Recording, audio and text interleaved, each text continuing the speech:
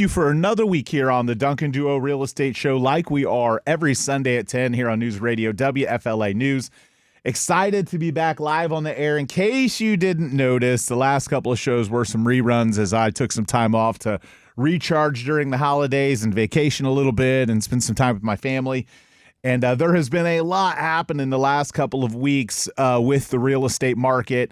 I made predictions before Christmas about what I expected. I'm going to touch on that a little bit today in terms of what I expect to happen with the Tampa Bay real estate market in 2026. But I want to lead off today. And again, this is Andrew Duncan, the Duncan Duo team, LPT Realty, at the Duncan Duo, Twitter, Instagram, YouTube, and TikTok. DuncanDuo.com for your free home value estimate or an instant cash offer on your home. But I want to start today talking about what President Trump put on Truth Social this week about how he was going to take executive action to eliminate large hedge fund institutional investors from buying single-family homes. And I want to talk about the impact nationally and then talk about the impact in Tampa, because what I can appreciate about President Trump is that the last few weeks you've heard a lot of conversation from him about housing reforms and wanting to improve the housing market. And I appreciate that he's taking action. I appreciate that he is looking at solutions. I mean, we've heard things like portable mortgages. We've heard the possibility of a 50-year mortgage. These are things that certainly could have an impact, but probably a pretty minimal impact for the most part. But some impacts. A combination of a lot of these things that he's doing could move the needle some. But the hedge fund buying prohibition, I want to talk about the impact of it nationally first, and then I want to talk about what it means for Tampa. So nationally, I think it's mostly a nothing burger. The reality is that the institutional investors own less than 2% of the homes in the country. They are not the big bad wolf that you might feel like they are. Simply because they're just not buying as much anymore. If this legislation, executive action, prohibition, whatever you want to call it, would have happened during the COVID years when they were heavily buying, or even slightly before that, it could have maybe had an impact because there were years where they were gobbling up a lot more of the inventory. But in today's world, the numbers, the cap rate numbers to turn a single family home into a rental in a lot of markets just don't make sense. The rent numbers haven't risen enough with the increase in property taxes, prices, and insurance for it to make sense for most of these institutional investors that can put money in other projects. So the reality is even though they may own 2 and upwards of 5%, some people say, in some markets, the reality is most of that was bought a long time ago. They're not buying very much anymore. And a lot of the inventory they acquired was from many, many years ago. So if there was some sort of incentive to get them to release or sell off some of their inventory to buyers, then maybe I could see some improvement in the market and some inventory coming on. But preventing these hedge funds from buying homes in this market, they're just not. They're not looking in this market and buying up swaths of homes because it doesn't make financial sense. They can't buy them with the rates where they are, with insurance where it is, with property taxes where it is, and rent them and make money. That is gone. Any smaller investor, including myself, that loves to look at real estate as an investment, knows that you're not out there, unless you can steal a house, you're not out there buying homes and making great cap rates on single family home rentals today. So for the most part, across the country, great big nothing burger. Now, again, is it heading in the right direction? Are we poking around enough and maybe going to find a few things that will help fuel it? Possibly. The reality is the only thing that's going to move the real estate market in a really positive, heavy way is going to be tax relief, because so many home sellers sitting on homes that they don't want to sell but they don't want to upgrade because of either property tax or cap gains. And insurance costs. That would certainly help. Some tax regulatory changes. I think interest rates, obviously affordability would wake up more buyers. Even though we've seen interest rates drop, they're going to continue likely to drop some more this year. A new Fed chief later in the year is likely to to move forward some rate cuts. But again, the bond market and the 10-year treasuries are really more of what mortgage rates, they don't completely correlate with the Fed. There have been Fed movements that didn't lower mortgage rates. So it's not a complete, it's not completely interconnected. So some of the things he's going to do, a whole broad scope of a lot of things he does, may end up putting our real estate market back in a better place. Any one of these things that he's talking about, though, is going to have pretty negligible impact. So again, the hedge funds just nationally just are not buying enough homes and having it make enough sense. They're not out there competing. If you're a home buyer right now, you're not really competing with these hedge funds anymore.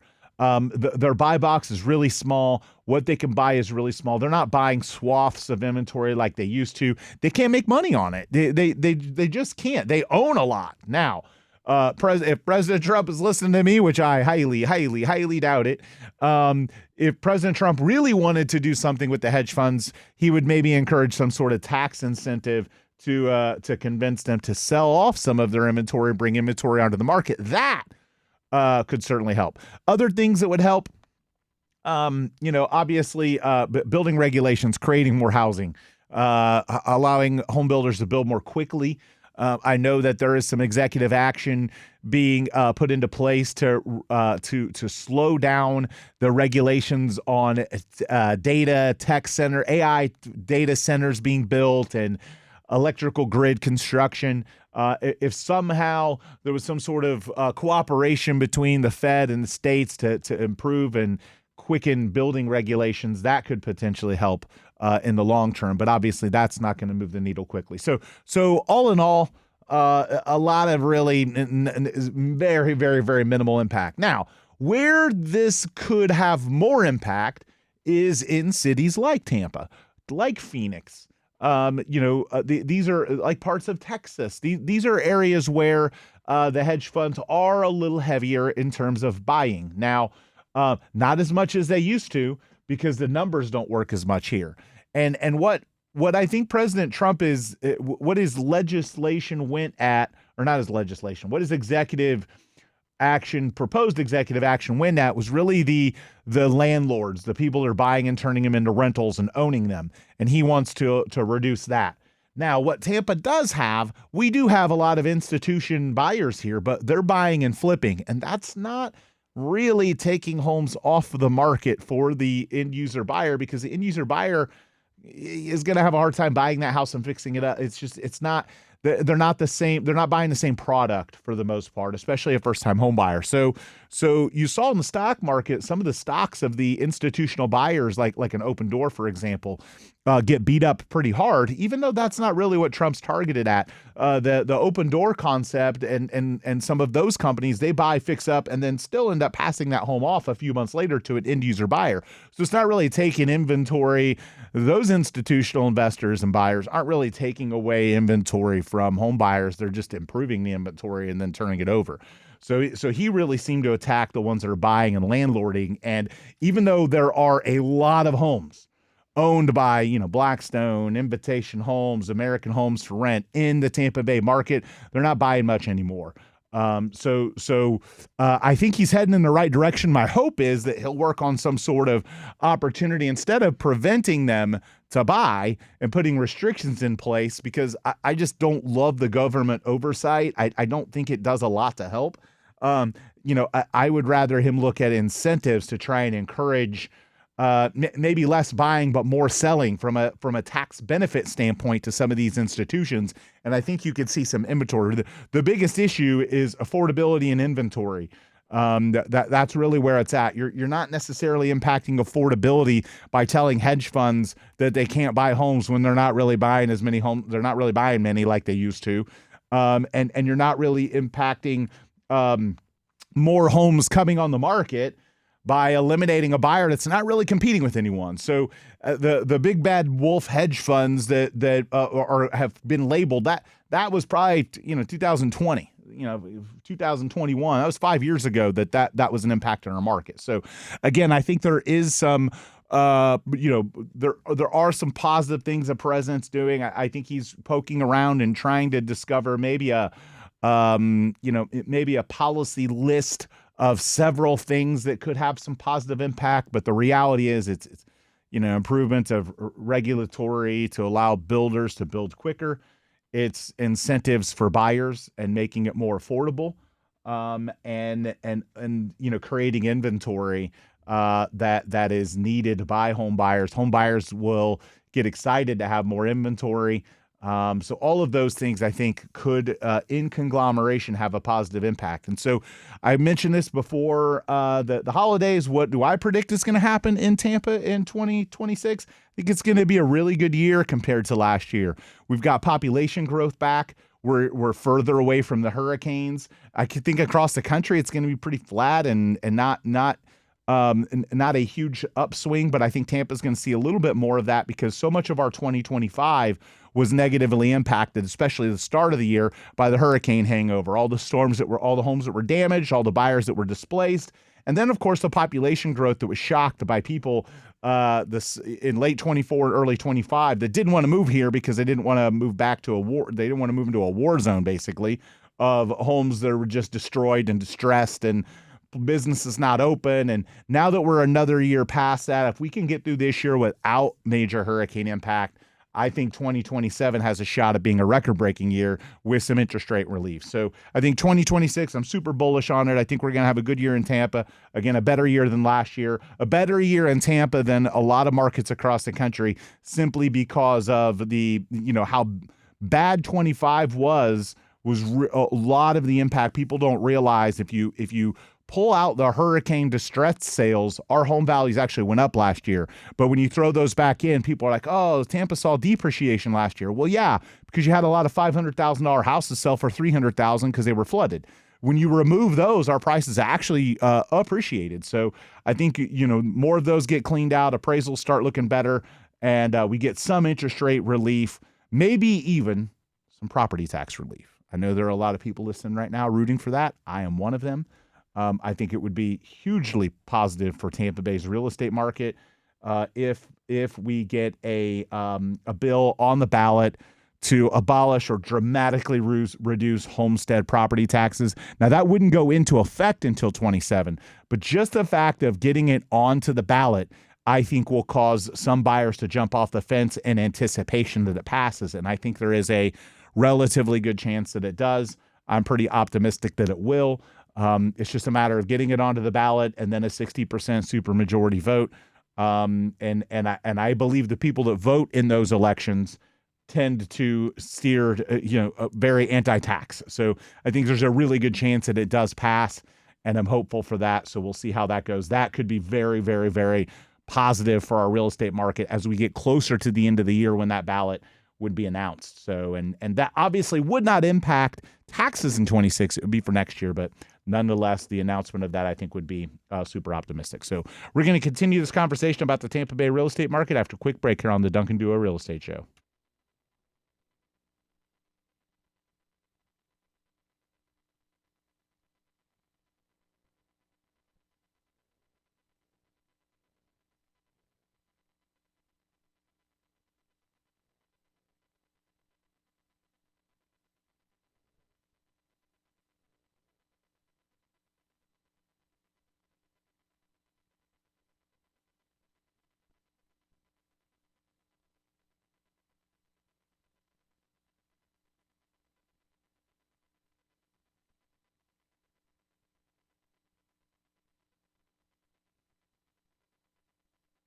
So we're back here on the Duncan Duo Show talking about the Tampa Bay real estate market. I get this question a lot, and it's something that, again, Andrew Duncan, the Duncan Duo team, LPT Realty, at the Duncan Duo, duncanduo.com for your home value or a quick cash offer. I get a lot of questions about house flipping. We are, at my company, I am constantly remodeling, renovating, and putting homes on the market that we buy through our funds and different things. And I think we've got a bunch on the market right now. We've got many coming. One of the things that is unique about my real estate company is not only do we bring agents on and we help them become salespeople, we coach them in terms of how to get started in flipping homes, and not wholesaling them. We don't do wholesales, as a core part of our business. But the reality is that there are a lot of agents out there worried about what's going to happen with AI. Hey, is AI going to replace me? Is AI going to replace agents? Is AI going to change our industry? The answer to that is yes. It is going to replace some agents, especially the bad ones that don't do a really good job for their clients. It is going to have a massive impact on our industry. It's going to change things. But AI can't fix up a house. So we're constantly educating and teaching our agents how to spot those opportunities and then how to renovate and add value to a home and then how to profit from that. So it's one of the unique things about joining my company is in addition to teaching you how to work with buyers, teaching you how to work with sellers based on a 20-year track record, we're also teaching you how to be an investor and how to build wealth. So if that's something that's of interest to you, if you're a real estate agent, you're listening and you're not getting that from your brokerage, you're not getting that one-on-one opportunity to learn from somebody wealthy that has mastered investing in real estate, go to jointheduo.com, shoot us a message. You can shoot into any of our social media platforms and send us a message. We'd love to invite you to one of our classes or maybe one of our meetings just to kind of test us out and see what we do. But house flipping activity is cooling. And so it is at a couple year low. It looks like about 300,000 homes across the country were flipped nationwide in 2024, down 7.7% from 23 and down more than 32% from 22. Now, when the market isn't showing as much appreciation, you have to be a lot better at it. You got to get a better deal and you've got to be better at renovation costs, because when the market is rising, and we're seeing these years back like a few years ago where we saw, massive appreciation. When you buy a house and you mess up and you buy it wrong, or you make an error about how to value a renovation or how to go through a process, and it costs the flip money. You can afford to do that, and you can take risks, and you can miss on some when the market's hitting massive appreciation. You overpay for a house, but in the 6 months you own it, it goes up 10%. You're fine. When the market is cooled off, you've got to be a lot better at it. So if someone wants to teach you how to flip real estate, and the only thing that they know how to do is flip during a hot market, or the only time they were successful is in a hot market, you probably don't want to learn from them. Now is actually a perfect opportunity to learn how to flip real estate when the market is flat, because if you can get good at it when the market's flat and make a return on investment and still deliver value to the seller you're buying the home from, because they get a quick exit and they get to move on and they don't have to go jump through the hoops of the repairs and all that. You can get really, really good at it when the market's hot and do even better. And that's why I'm encouraging, people right now, if they've thought about getting into that side of the business, the best time to get into that side of the business is in a flat or not massively rising value market, because you learn the fundamentals and you get really good at it. And then when the market is in a better place, you get better returns, but you're better at it. You're safe. You're protected from the downswings in the market. And so I know so many people are like, oh yeah, man, in 2020, I was flipping all these homes and I got out of the business. AKA, they weren't really good at flipping houses. They were just good at buying the assets, and the market was giving them the wins. If you're really good at buying the assets and adding value, controlling your cost and renovating the right things, you can succeed as a home flipper in any market. So now is a great time to learn. So if you're a real estate agent, you've never learned that, or you only learned it from people that stopped doing it when the market turned because they weren't really good at it. It was the market delivering them the returns.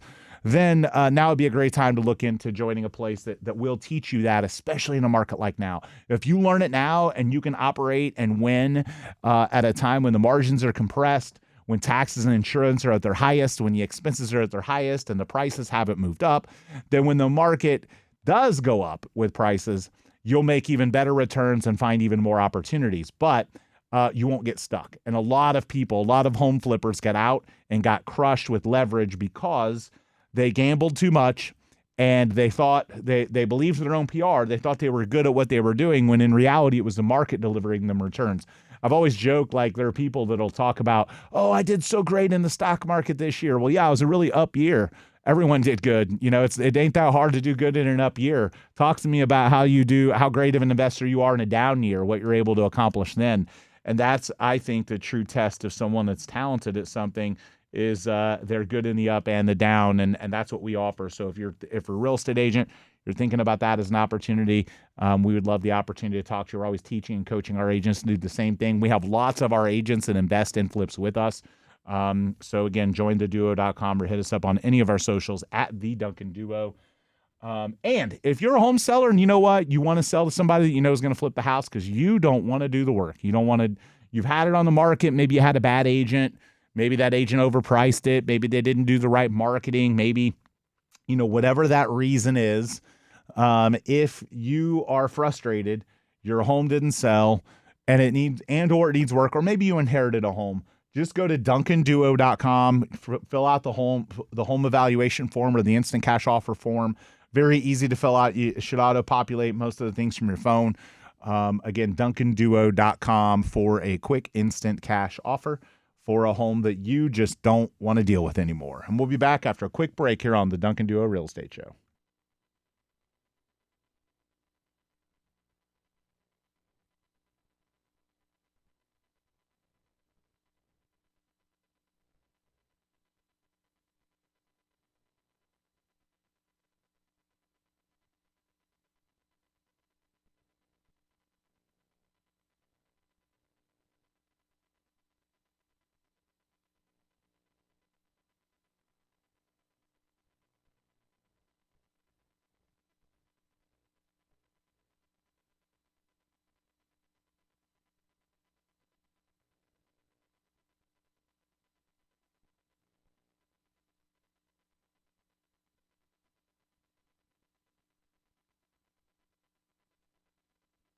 So we're back here on the Duncan Duo Show talking about the Tampa Bay real estate market. Andrew Duncan, the Duncan Duo team, LPT Realty, at the Duncan Duo. All social channels, follow me there. You can follow me on my personal channels too. I'm Andrew Duncan with the blue check mark on Facebook and at the Andrew Duncan on Instagram, though I have barely posted social media in a while. I've actually really just enjoyed being off of social media. I've probably spent more time on Grok and X lately in terms of the time I spend on my phone just learning AI. And then I just like the X social platform. It's kind of more my style, more financial, more intellectually driven, learning. Whereas I feel the other social media channels have just kind of gone downhill in a lot of ways. I just get tired of seeing all the negative, complaining people, and it's just not my thing. So you can follow me on those channels, but you won't see me posting a ton lately. I've got to get better at that. I even told my team this week that I was slacking on social media and needed to get better at it. I saw an article, though. It says how to apply real estate business skills to your marriage for success in both. And I'm not going to cover that one because I'm definitely not the expert at that one. So, but I did want to talk about, people that are, selling their home and they are looking at the kind of the steps that they have to go through when they put their home under contract.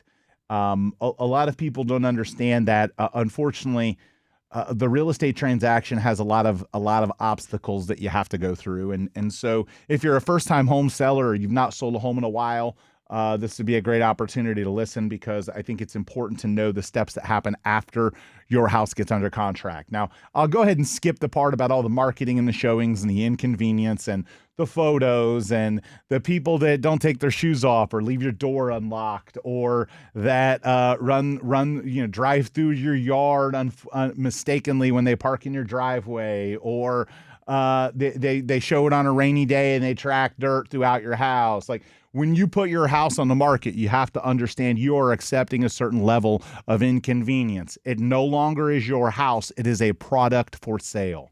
Let me repeat that. When your house is on the market, it's no longer your home. It is a product for sale. You have to emotionally detach and think about it like it's an investment. And I know that's hard for a lot of people, but putting your mindset in that place will give you the best opportunity at success and happiness while your house is on the market. But let's talk about what happens when your house goes under contract. First and foremost, a buyer is going to put up an escrow deposit.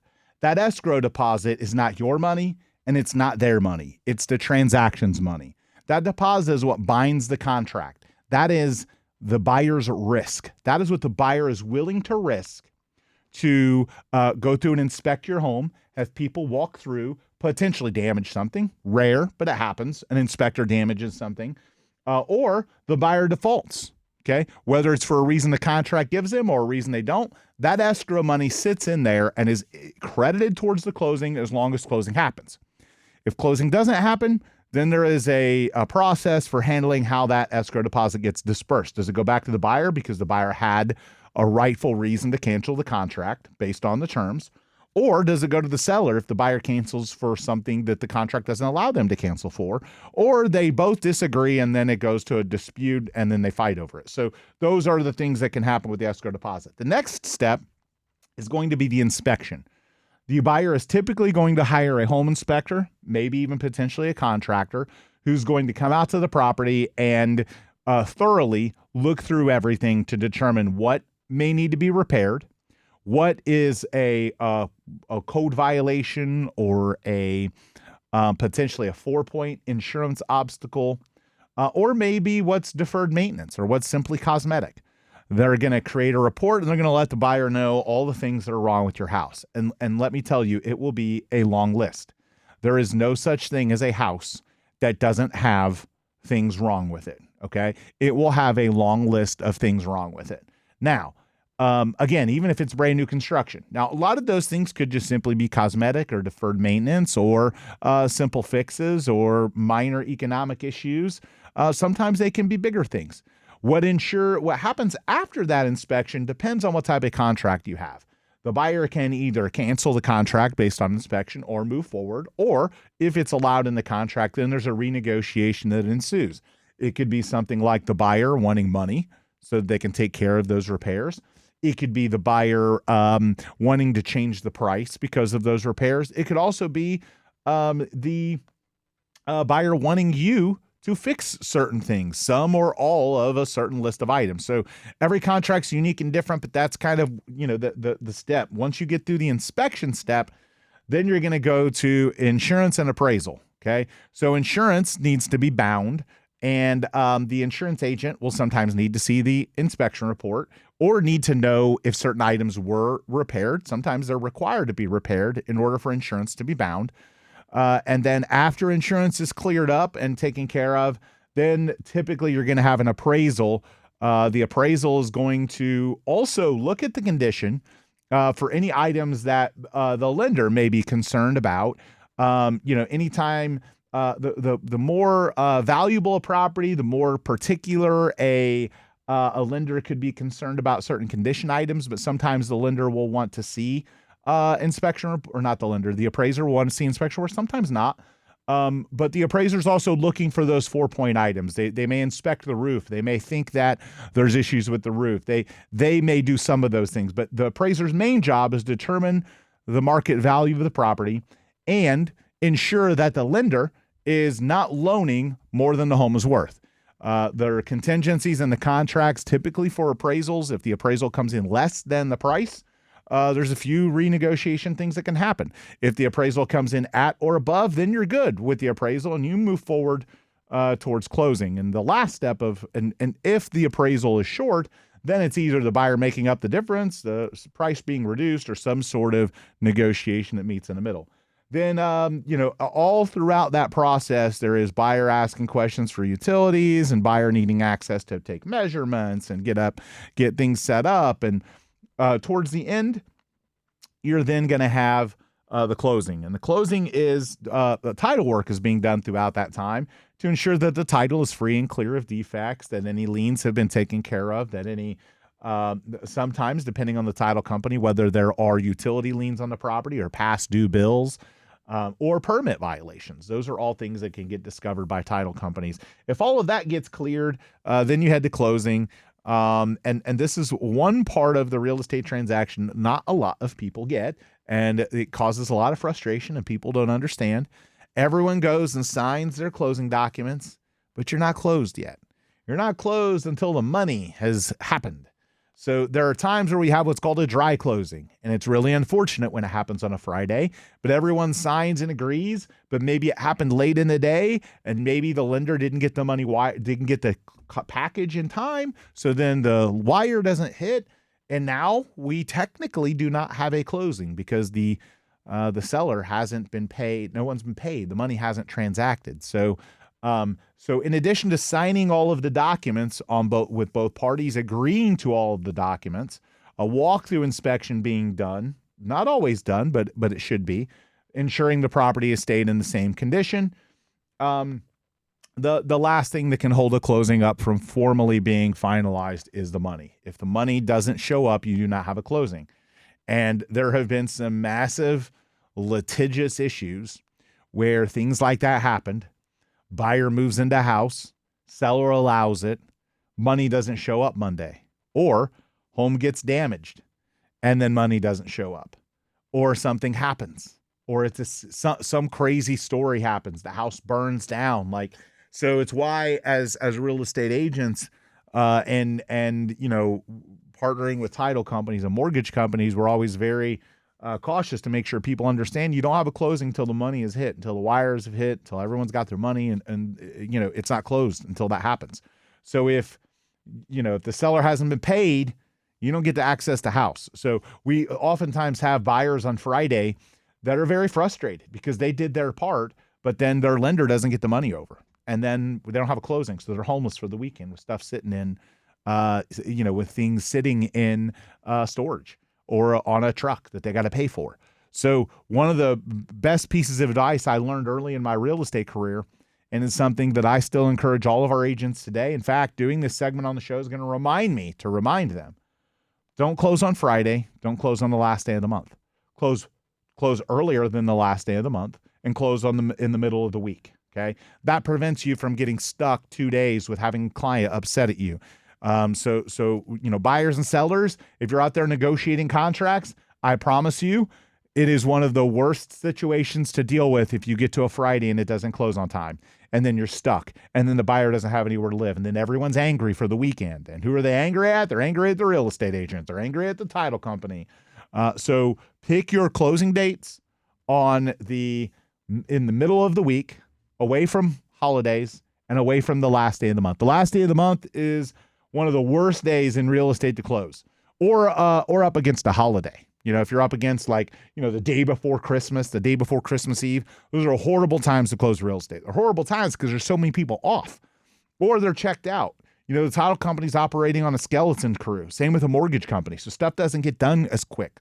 So holidays, Fridays, the end of the month, those are days that you want to avoid. And if you do that, you'll have a better chance of avoiding some of these risky scenarios or some of these, heated obstacles when the closings don't happen and people are homeless for a couple of days having to stay in a hotel, and then sellers are stuck, not having their money, not being able to close on the house they want to buy. So the easiest way to avoid that couple day hangover is, again, don't close on Friday and don't close at the end of the month. So hopefully that's helpful for you with your real estate tips. If you're not getting that advice from your broker, hey, we would love to have you come shadow our team. You can follow us on social media at The Duncan Duo. Send us a DM, ask to come to one of our meetings. You can come to our Wealth Building Wednesdays class that I teach every other week in our office. You can also apply for any one of our open positions at jointheduo.com. Again, that is jointheduo.com. In addition to applying, you can actually set a Calendly appointment to have a confidential consultation with us, business building opportunity to determine what you can do to improve your business and your career in 2026. So I'm going to be back wrapping up the last segment after a quick break here on the Duncan Duo Show.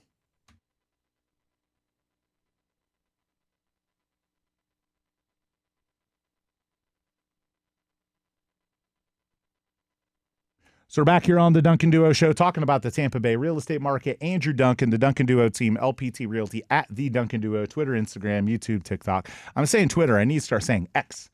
It's not Twitter anymore. It's X. So X, Instagram, Facebook, TikTok, YouTube. We're there at the Duncan Duo. So if you own a home and you have a mortgage that's above 7% and you have an FHA or VA mortgage, you should really look at doing a streamlined refinance. Rates have come down. There are government products in the 5s now. Doing a refinance will save you money, massively save you money. Great opportunity to just simply reduce your payment.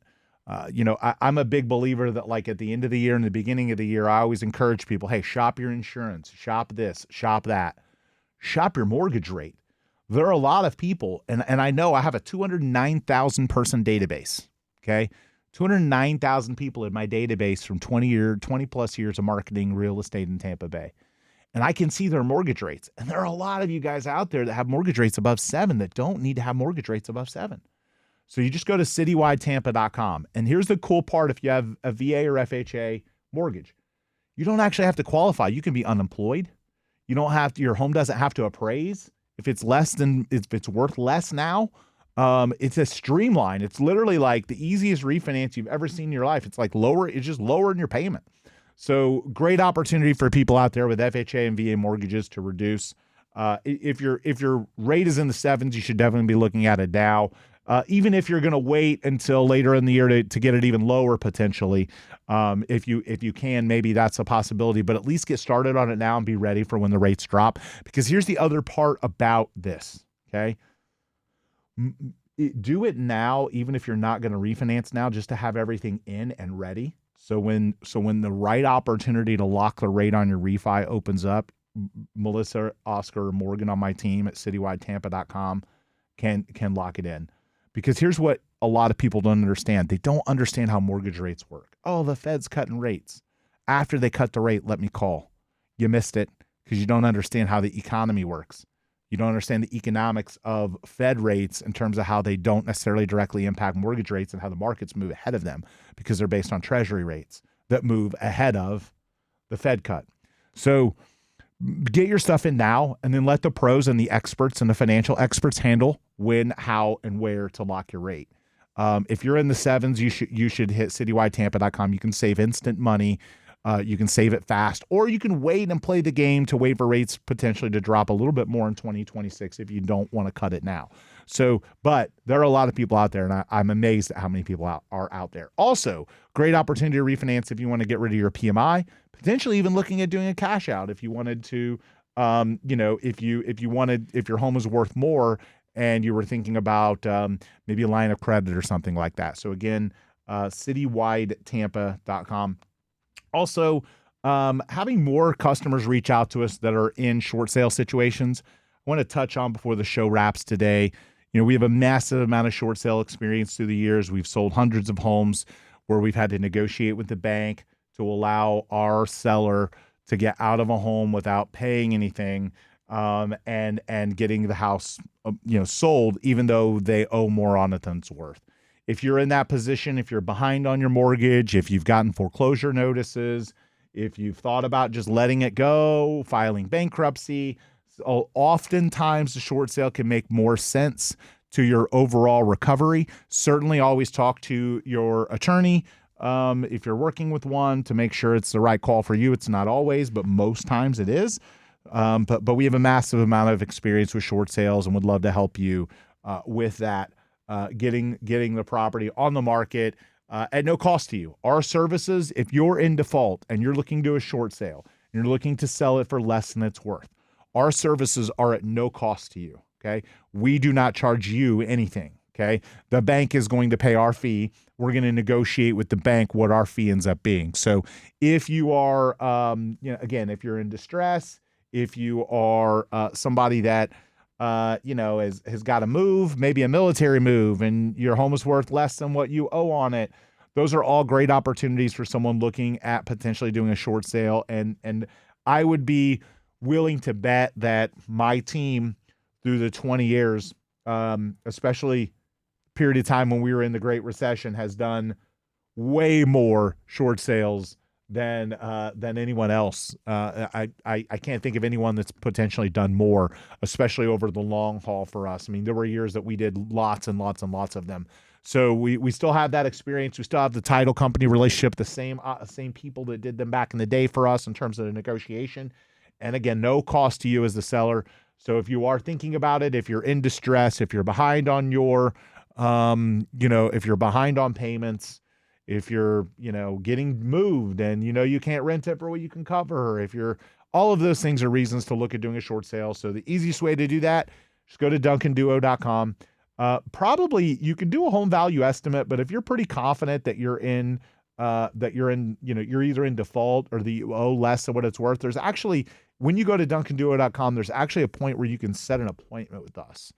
There's a Calendly link in there where you can literally just go on and plug in an appointment and we come out and do a consultation. That would probably be the best path, simply because it's going to require a little bit more consultation than a regular home seller that has equity. So go on to duncanduo.com, set an appointment from there, and one of our experienced short sale agents will come out and talk to you and see how we can help. So hopefully you've enjoyed listening. Happy to start the new year with my first show of the year and have my first live show of the year, not the first show of the year, first live show of the year. Have an awesome rest of your weekend, Tampa Bay.